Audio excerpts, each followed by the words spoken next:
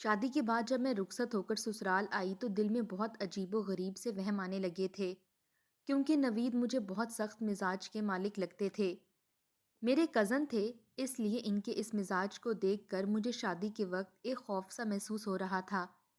ابھی ہماری گاڑی تایا جی کے مین گیٹ پر ہی رکی تھی کہ نوید نے اپنا فرنٹ ڈور کھولا اور بڑی زور سے دروازہ بند کیا کہ میرا دل ہی دہل گیا۔ میں تو پہلے ہی ان سے خوف کھاتی تھی، اب تو مجھے لگا تنہائی میں جانے مجھ سے یہ کیسا رویہ اختیار کریں گے۔ میں ابھی یہ بات ٹھیک سے سوچ نہیں پائی تھی کہ جب گاڑی سے اترتے ہی جب میں اپنی ساس اور نند کے ساتھ گھر میں داخل ہونے لگی تو میرے سسر کی دھاڑ پر ہمیں گیٹ پر ہی رکنا پڑا۔ میرے سسر میرے تایا جی ویسے تو بہت نرم مزاج تھے، لیکن اس وقت نہ جانے کیوں چلائے تھے۔ وہ بڑے غصے سے مین گیٹ پر آئے اور میری ساس پر بھڑکنے لگے، کہنے لگے، پیرو مرشد کی بات بھول گئی ہو؟ تم جانتی ہو میں اپنے مرشد جی کی بات پر ذرا بھی نرمی کا قائل نہیں ہوں۔ بہو کو گھر میں داخل کرنے سے پہلے جو عمل انہوں نے بتایا تھا پہلے وہ کرو۔ میری ساس جو میرا ہاتھ پکڑے اندر داخل ہونے میں میری مدد کر رہی تھیں، میرا ہاتھ چھوڑ چھاڑ کر اندر چلی گئیں۔ کچھ دیر بعد ہی 2 سفید کبوتر ہاتھ میں پکڑے لے کر آئیں اور میرے پیروں کے پاس رکھ دیے۔ مجھے شروع سے ہی پرندوں اور جانوروں سے خوف سا محسوس ہوتا تھا، اس لیے میں پیچھے ہٹ گئی۔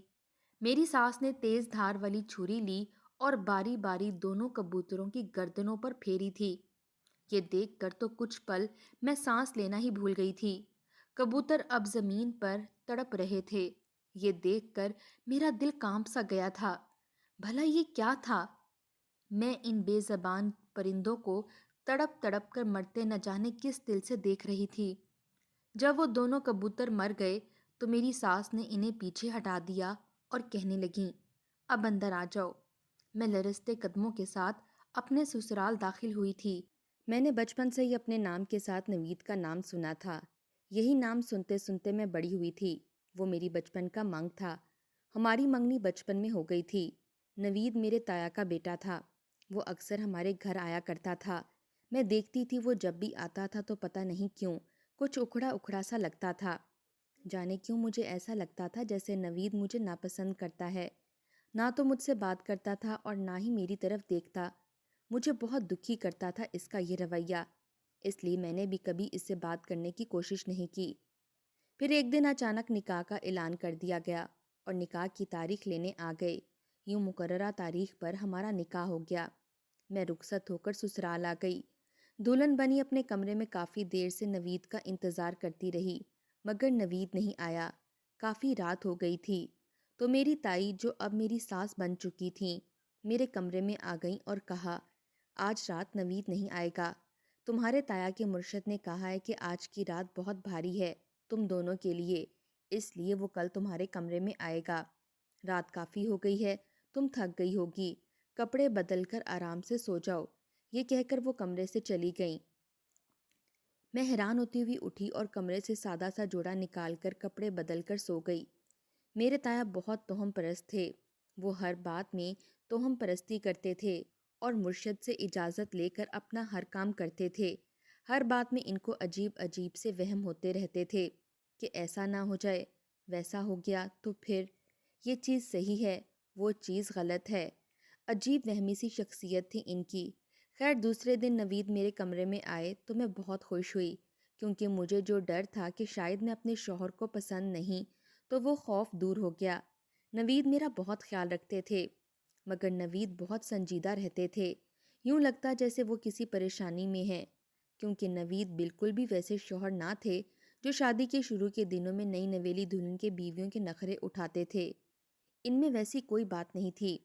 ہمارے درمیان ایک جھجک سی تھی اور وہ جھجک ختم نہیں ہو رہی تھی۔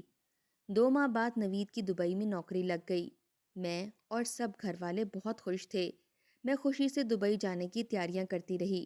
مجھے یقین تھا میرے اور نوید کے درمیان جو فاصلے ہیں دبئی جا کر وہ ختم ہو جائیں گے۔ شاید یہاں گھر والوں کی وجہ سے نوید مجھ سے کھل کر نہیں ملتے۔ دبئی جانے سے ایک دن پہلے نوید نے گھر والوں سے کہا کہ میں نے رات کو ریشم کے بارے میں بڑا برا خواب دیکھا ہے۔ یہ سن کر تایا بہت پریشان ہو گئے اور کہا میں اب ریشم کو تمہارے ساتھ دبئی نہیں جانے دوں گا، بلکہ اسے اس گھر سے باہر بھی نہیں نکلنے دوں گا۔ 40 دن تک گھر میں پڑھائی کرواؤں گا۔ تایا جو بہت وہمی تھے، خواب سن کر اپنا حکم نامہ جاری کر چکے تھے، اور میں جو نوید کے سنگ دبئی جانے کے خواب دیکھ رہی تھی، وہ سارے خواب آنکھ کھلنے سے پہلے ہی ٹوٹ چکے تھے۔ میں نے نوید سے کہا کہ آپ تایا سے بات کریں اور مجھے اپنے ساتھ دبئی لے کر جائیں، مگر نوید نے کہا کہ ابا نہیں مانیں گے، ان کا فیصلہ پتھر پر لکیر کی طرح ہے، میں ان سے بات نہیں کرتا، تم جانتی تو ہو وہ کتنے وہمی ہیں۔ ان کی باتیں سن کر میں بہت مایوس ہو گئی تھی، خاموشی سے اپنا سامان بیگ سے نکال کر واپس الماری میں رکھ دیا۔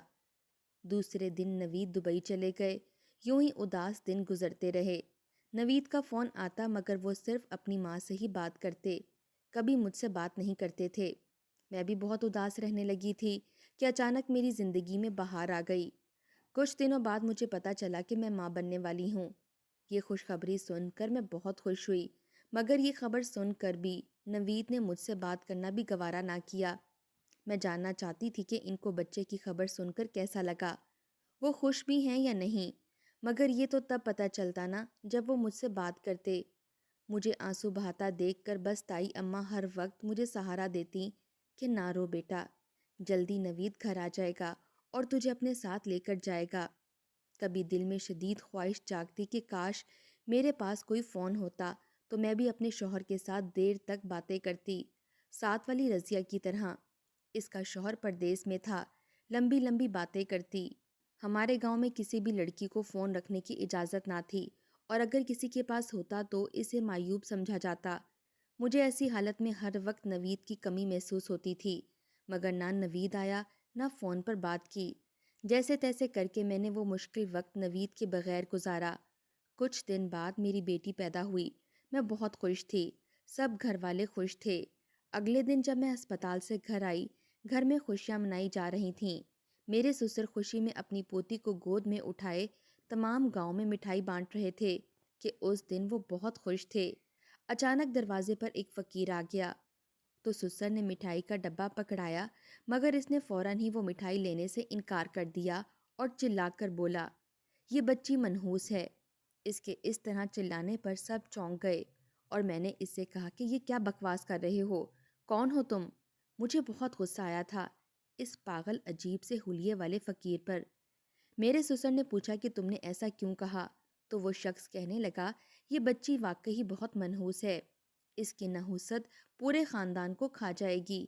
میں کچھ کہنے کے لیے آگے بڑھی تو طاہر نے مجھے روک دیا اور کہا، تم یہ کیسے کہہ سکتے ہو؟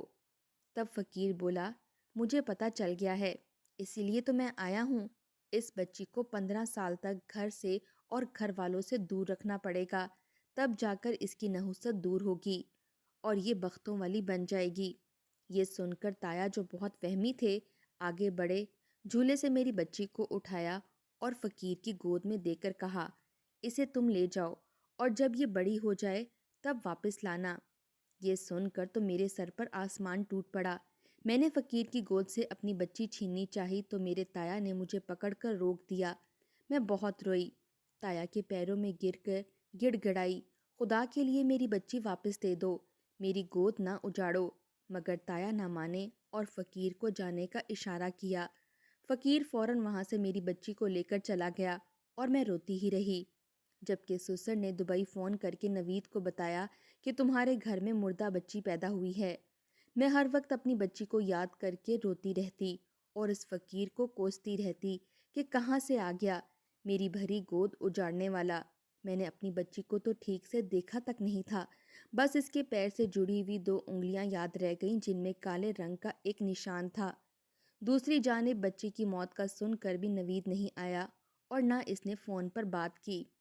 میں اماں سے پوچھتی رہی کہ نوید کب واپس آئیں گے، وہ بتاتی کہ بہت جلد آئے گا، اور میں اس کا انتظار کرتی رہتی، لیکن وہ ہر بار سب کو کچھ مہینوں میں آنے کا کہہ کر ٹال دیتا۔ میرے مقدر میں بس انتظار ہی لکھا تھا، لیکن نوید نے نہ آنا تھا اور نہ آیا۔ مجھے اس کا انتظار کرتے کرتے کتنا عرصہ ہی گزر گیا، مگر اس کے بہانے ختم نہیں ہوئے۔ اب تو میں واقعی نوید کو بھلا چکی تھی۔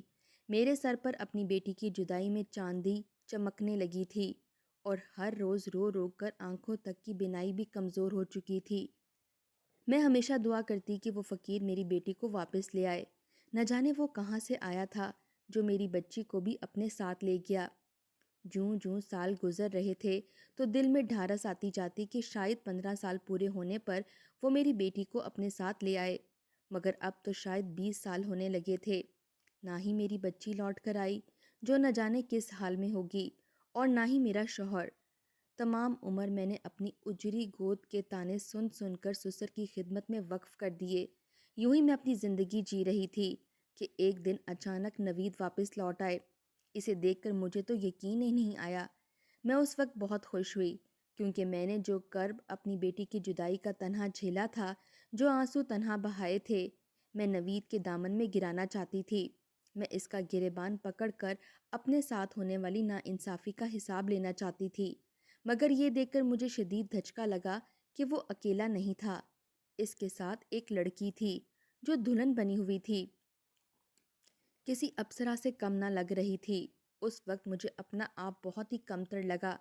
کہاں میں گاؤں کی اجڑ جاہل تھی، اور کہاں یہ چمکتی رنگت والی بہن۔ تو اس نے دوسری شادی کر لی۔ یہ سوچ آتے ہی میرے دل میں ٹھیس سی اٹھی تھی۔ میں نے اپنے آنسو صاف کیے اور سر سے پیر تک اس کی دلہن کا جائزہ لیا، لیکن اچانک میری نظر اس کے پاؤں پر پڑی اور میری آنکھوں کے سامنے اندھیرا چھانے لگا۔ یہ تو کوئی نہیں جانتا۔ دو جڑی ہوئی انگلیوں پر کالا نشان میری بیٹی کے پیر پر تھا۔ یہی نشانی تو مجھے یاد تھی اپنی بیٹی کی۔ یہ میری ہی بیٹی تھی۔ میں نے اس کو پہچان لیا۔ یہ سوچ آتے ہی میرا دماغ پھٹنے لگا۔ مجھے اپنا سانس اٹکتا ہوا محسوس ہوا۔ میرے خدایا، یہ میں کیا دیکھ رہی ہوں؟ میں یہ سب برداشت نہ کر سکی اور اگلے ہی لمحے بے ہوش ہو کر گر پڑی۔ مجھے ہاسپٹل لے جایا گیا، جہاں علاج کے کچھ گھنٹوں کے بعد میں ہوش میں آئی تو میں چلانے لگی، یہ میں کہاں ہوں؟ میں نے اپنے اطراف کا جائزہ لیا تو وہاں نوید کو کھڑا پایا۔ اسے دیکھ کر مجھے سب کچھ یاد آ گیا۔ میں چیختی ہوئی بولی، وہ ہماری بیٹی ہے۔ نوید نے مجھے چپ کرواتے ہوئے کہا، تم گھر چلو، میں تمہیں وہاں جا کر ساری داستان سناتا ہوں۔ میں دل میں کڑتی رہی کہ اب کیا رہ گیا ہے سننے کو۔ یا الہی، یہ سب دیکھنے سے پہلے میں مر کیوں نہیں گئی؟ میں نے روتے ہوئے سوچا۔ گھر پہنچ کر نوید نے مجھے کہا کہ آج میں تمہیں اپنی کہانی سناتا ہوں۔ بچپن سے ابا نے میرا اپنے توہم پرستی کی وجہ سے میرا جینا حرام کیا ہوا تھا۔ وہ بہت زیادہ وہمی تھے۔ کبھی کہتے آج پیلے رنگ کا کرتا پہنو، وہ تمہارے لیے بہتر رہے گا۔ کبھی کہتے کل سے لال رنگ کا کرتا مت پہننا۔ کبھی کہتے فلاں دوست تمہارے لیے موزوں نہیں ہے، چھوڑ دو۔ کبھی کہتے آج تمہارا اسکول جانا مناسب نہیں، گھر پر رہو۔ میں ان سب باتوں سے اور ان کی توہم پرستی کی عادت سے بہت تنگ تھا۔ بچپن سے انہوں نے میری اور تمہاری منگنی کی ہوئی تھی۔ میں جیسے جیسے بڑا ہوتا گیا مجھے اس طریقے سے بیزاری ہوتی گئی۔ تم سے تو کیا، ابا کی وجہ سے ابا کے خاندان کی کسی بھی لڑکی سے شادی کرنا نہیں چاہتا تھا۔ میں نے تعلیم مکمل کر لی تو دبئی میں نوکری کے لیے کوشش کرنے لگا۔ میں یہاں نہیں رہنا چاہتا تھا، یہاں سے بھاگنا چاہتا تھا۔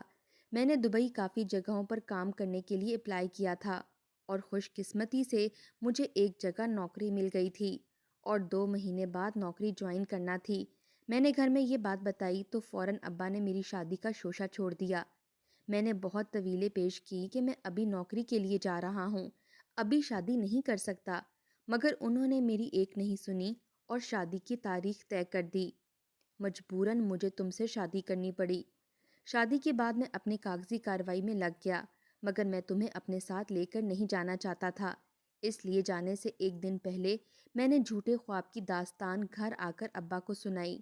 میں جانتا تھا کہ ابا ایسی باتوں پر یقین رکھتے ہیں، وہ یہ سب باتیں سن کر تمہیں میرے ساتھ دبئی نہیں جانے دیں گے، اور یہی ہوا۔ انہوں نے تمہیں گاؤں میں روک لیا اور میں دبئی چلا گیا، لیکن میں دبئی اکیلا نہیں گیا تھا۔ کچھ سال پہلے میں شہر کی یونیورسٹی میں پڑھنے گیا تھا۔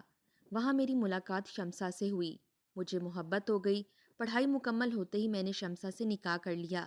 میں جانتا تھا کہ گھر والے میری شادی تم سے کروانا چاہتے تھے، مگر میں شادی اپنی مرضی سے خاندان سے باہر کرنا چاہتا تھا۔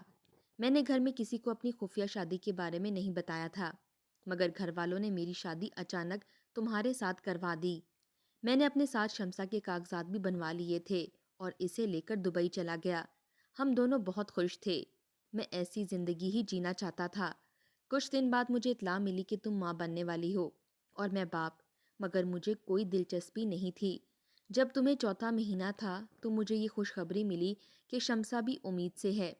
میں بہت خوش تھا، مگر یہ خوش قسمتی صرف چند دن کی ہی تھی۔ کچھ دن بعد ہی شمسا سیڑھیوں سے پھسل کر گر گئی اور اس کا بچہ ضائع ہو گیا۔ ڈاکٹر نے بتایا کہ اب شمسا کبھی ماں نہیں بن سکتی۔ یہ سن کر شمسا کئی دن تک صدمے کی حالت میں پڑی رہی۔ اسے کچھ ہوش نہیں تھا، ہر وقت روتی رہتی اور میں اس کی دلجوئی میں لگا رہتا۔ شمسا کی ایسی حالت مجھ سے دیکھی نہیں جا رہی تھی، اس لیے میں نے اس سے وعدہ کیا کہ میں اپنی پہلی بیوی کا بچہ اسے دے دوں گا، اور یہ سن کر اس کی حالت بہتر ہونے لگی۔ جب تمہیں 9واں مہینہ شروع ہوا تو یوں ہم دونوں ایک پلان کے تحت پاکستان واپس آ گئے اور میں تمہاری ساری خبر رکھتا تھا۔ جیسے ہی تمہیں بچہ ہوا اور تم ہاسپٹل سے گھر آ گئی، میں نے ایک آدمی کو بھاری رقم دے کر ابا کے پاس بھیجا۔ وہ فقیر کے بھیس میں آیا اور وہی بولا جو میں نے اسے سکھایا تھا۔ اسے بچی دے دی تھی۔ وہ باہر نکلا، گھر کے قریب ہی ہم دونوں میاں بیوی اپنا حلیہ بدل کر گاڑی میں بیٹھے تھے۔ جیسے ہی وہ آدمی بچی لے کر باہر آیا، میں نے اسے بچی لے کر شمسا کی گود میں دے دی اور گاڑی میں بیٹھ کر ہم گاڑی وہاں سے بھگا کر لے گئے۔ بچی کو لے کر واپس دبئی آ گئے تھے۔ شمسا اور میں نے اسے بہت پیار سے پالا پوسا، بڑا کیا۔ تو جب 20 سال کی ہوئی تو ایک پاکستانی لڑکا جو وہاں اس کے ساتھ پڑھتا تھا بہت پسند کرنے لگی۔ مجھے اور شمسا کو بھی لڑکا اچھا لگا۔ کچھ ماہ کے بعد شادی طے ہو گئی اور ہم اس کی شادی کرنے پاکستان آ گئے۔ جب اس کی شادی ہونے لگی تو شادی کی رات شمسا نے نادیہ کو بتا دیا کہ وہ اس کی بیٹی نہیں ہے، تو وہ ہمیشہ کے لیے گھر چھوڑ کر جا رہی تھی۔ یہ سب سن کر نادیہ بہت غصے میں آئی اور شادی چھوڑ کر میرے پاس آ گئی۔ کہنے لگی کہ ابھی اور اسی وقت مجھے میری ماں کے پاس لے جاؤ۔ میں تب تک شادی نہیں کروں گی جب تک سچ کیا ہے اور جھوٹ کیا ہے یہ جان نہ لوں۔ نادیہ کی ضد سے مجبور ہو کر میں اسے تمہارے پاس لے آیا اور تم نے اسے شادی کی لباس میں دیکھ کر غلط اندازہ لگایا اور بے ہوش ہو گئی۔ اور یہ سن کر میں مطمئن ہوئی اور اپنی بیٹی کے پاس آ گئی، اسے گلے سے لگایا اور ہم دونوں بار بار ایک دوسرے کو گلے لگاتے، کبھی ایک دوسرے کو چومتی۔ میری خوشی کے آنسو نہیں رک رہے تھے۔ ہم دونوں نے بہت باتیں کیں۔ میں نے اسے اپنا سارا قصہ سنا ڈالا۔ نوید نے مجھ سے کیسے چھینا وہ بھی بتا دیا۔ یہ سب سن کر وہ بولی، بابا اسی وقت میری ماما کو طلاق دیں۔ میں یہ سن کر حیران رہ گئی اور کہا، یہ تم کیا کہہ رہی ہو بیٹا؟ نادیہ تم ہوش میں تو ہو؟ تو وہ بولی، میں آپ کو ایک ایسے شخص کی بیوی نہیں رہنے دوں گی جو آپ سے شادی کر کے چھوڑ گیا اور پلٹ کر پوچھا تک نہیں۔ 20 سال ہو گئے ماں، زندگی کی خوشیوں پر آپ کا بھی حق ہے۔ ابھی آپ کی عمر ہی کیا ہے؟ میں ان سے طلاق دلوا کر آپ کی دوسری شادی کرواؤں گی۔ پھر میرے بہت سمجھانے پر بھی وہ نہیں مانی۔ لاچار ہو کر نوید نے مجھے طلاق دے دی۔ وہ خود بھی شرمندہ تھا کیونکہ اس نے شوہر ہونے کی کوئی ذمہ داری نہیں نبھائی تھی۔ نادیہ نے میرا ضروری سامان پیک کیا اور مجھے لے کر شہر چلی آئی۔ شہر میں اس کے نام ایک گھر تھا، وہاں ہم دونوں رہنے لگے۔ نادیہ میرے لیے کوئی مناسب رشتہ ڈھونڈنے میں لگی ہوئی تھی۔ وہ چاہتی تھی کہ میری شادی کروا کر پھر وہ خود شادی کرے۔ اس نے اپنے منگیتر کو سب کچھ بتا دیا اور کہا، کوئی اچھا رشتہ ہو تو بتانا میری ماں کے لیے۔ اس بیچاری نے اپنی زندگی میں بہت دکھ دیکھے ہیں۔ اس نے کچھ سوچ کر کہا کہ میرے پاپا کے ساتھ ان کی شادی کیوں نہیں کرواتی تم؟ نادیہ یہ سن کر حیران ہوئی تو فہد نے بتایا کہ میری ماما میری پیدائش کے وقت فوت ہو گئی تھیں، تب سے پاپا نے دوسری شادی نہیں کی، وہ بھی اکیلے ہیں۔ یہ سن کر نادیہ نے اسے کہا کہ تم اپنے پاپا سے بات کرو، اگر وہ مان جائیں تو بہت اچھا ہے۔ فہد نے نادیہ سے وعدہ کیا کہ وہ اپنے پاپا کو منا لے گا اور ایسا ہی ہوا۔ فہد کے پاپا مجھ سے 2-3 بار مل بھی چکے تھے اور وہ بھی عمر کے اس حصے میں آ کر بہت اکیلے پن کا شکار ہو چکے تھے۔ انہوں نے اپنی رضامندی دے دی تھی اور کچھ دن بعد چند لوگوں کی موجودگی میں میرا نکاح فہد کے پاپا سے ہو گیا۔ وہ بہت ہینڈسم ہونے کے ساتھ ساتھ محبت کرنے والے اچھے اور سچے انسان تھے، میرا بہت خیال رکھتے تھے۔ ہم دونوں مل کر فہد اور نادیہ کی شادی کی تیاریاں کرنے لگے۔ 1 مہینے کے بعد بڑی دھوم دھام سے فہد اور نادیہ کی شادی ہو گئی۔ شادی میں نوید اور شمسا نے بھی شرکت کی تھی۔ دلہن بن کر نادیہ کہیں اور نہیں گئی، میرے ہی گھر میں آ گئی تھی۔ میں بہت خوش تھی اور مطمئن تھی۔ اپنی پچھلی شادی شدہ اذیت بھری زندگی اور بچی کے چھن جانے کے دکھ کو بھلا کر میں زندگی میں آگے بڑھ گئی تھی۔ نادیہ ٹھیک کہتی تھی کہ زندگی کی خوشیوں پر میرا بھی حق ہے۔